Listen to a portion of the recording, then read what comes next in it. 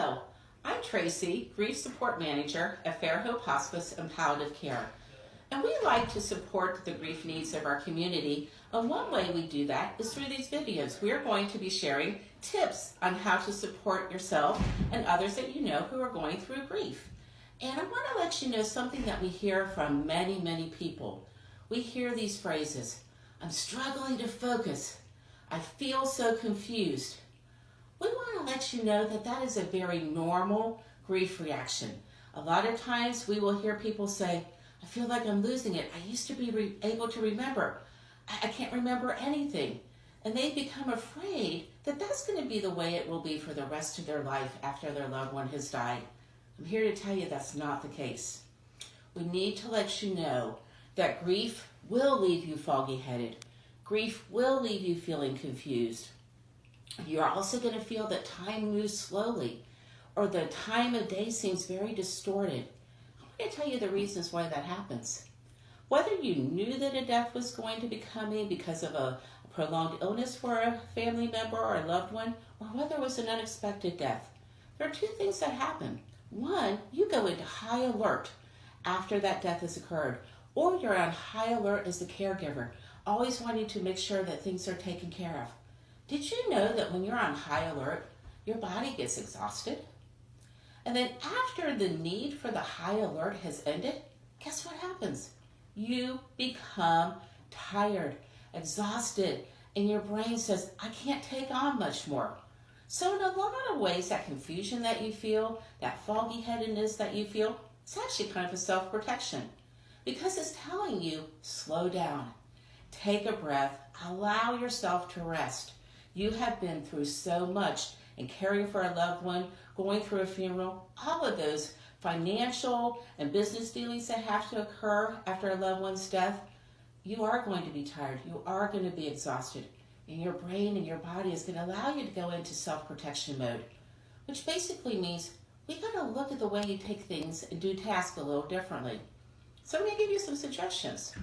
When you are feeling foggy-headed and confused, do not, and I'm going to say that very clearly, do not make a very long to-do list. Because guess what we do? We make the list and we start out with 1 to 2 to 3 items, and then we think of more, and then our brain starts racing and we want to add more and more and more. By the time we get done, we end up with a list of 20 items. I have to tell you, even on my best days, I'm not going to get 20 items done. So if I am grieving, I can't make a list of 20 items. What you need to do. So I want you to take those 20 items. I want you to make them into smaller lists. Make a list for household chores. Make a list for your errands. Make a list for anything that has to do with funeral preparation or financial dealings. Make a number of smaller lists. Make them so that they're only for a short period of time. What you need to do for the next hour, for that afternoon, for the morning. You know the reason I want you to do that? So I want you to feel success. I want you to be able to cross some things off your list so that you actually can see that while you're exhausted, while you're foggy-headed, you are actually making progress. Make smaller lists. And here's the other weird one. You know those things we used to take for granted, like brushing our hair, putting on our makeup if you're a man, shaving, doing the dishes, doing laundry? Those would be automatic activities that you would do when you're grieving, when you're confused, when you're foggy-headed. You need to make those a list, because guess what? You start making a list of those type of items, and you can check them off and say that you've made progress. You will actually kind of reward yourself and say, job well done. Because every step that you take when you're grieving and hurting is a step towards healing, but it's very difficult. The other thing that I want you to do as you're remembering this is to recognize that that time is distorted. So don't be surprised if it is the death occurs in the summer, and by the time the fall rolls around and the fair, the pumpkin show, Halloween, you are nowhere close to celebrating those holidays. Don't be surprised if you don't feel like celebrating Halloween until January, and all of a sudden you look up and you're like, wait, I kind of missed Thanksgiving and Christmas. Time moves on.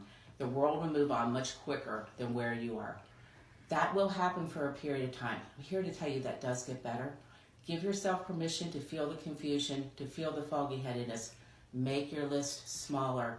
Give yourself credit for what you're doing. Allow yourself to rest. We here at FAIRHOPE are here to support those in the community who grieve. If we can be of any support to you, our grief services are always offered free of charge. And please don't hesitate to give us a call at 740-654-7077. And most importantly, remember that here at FAIRHOPE Hospice and Palliative Care, we celebrate life.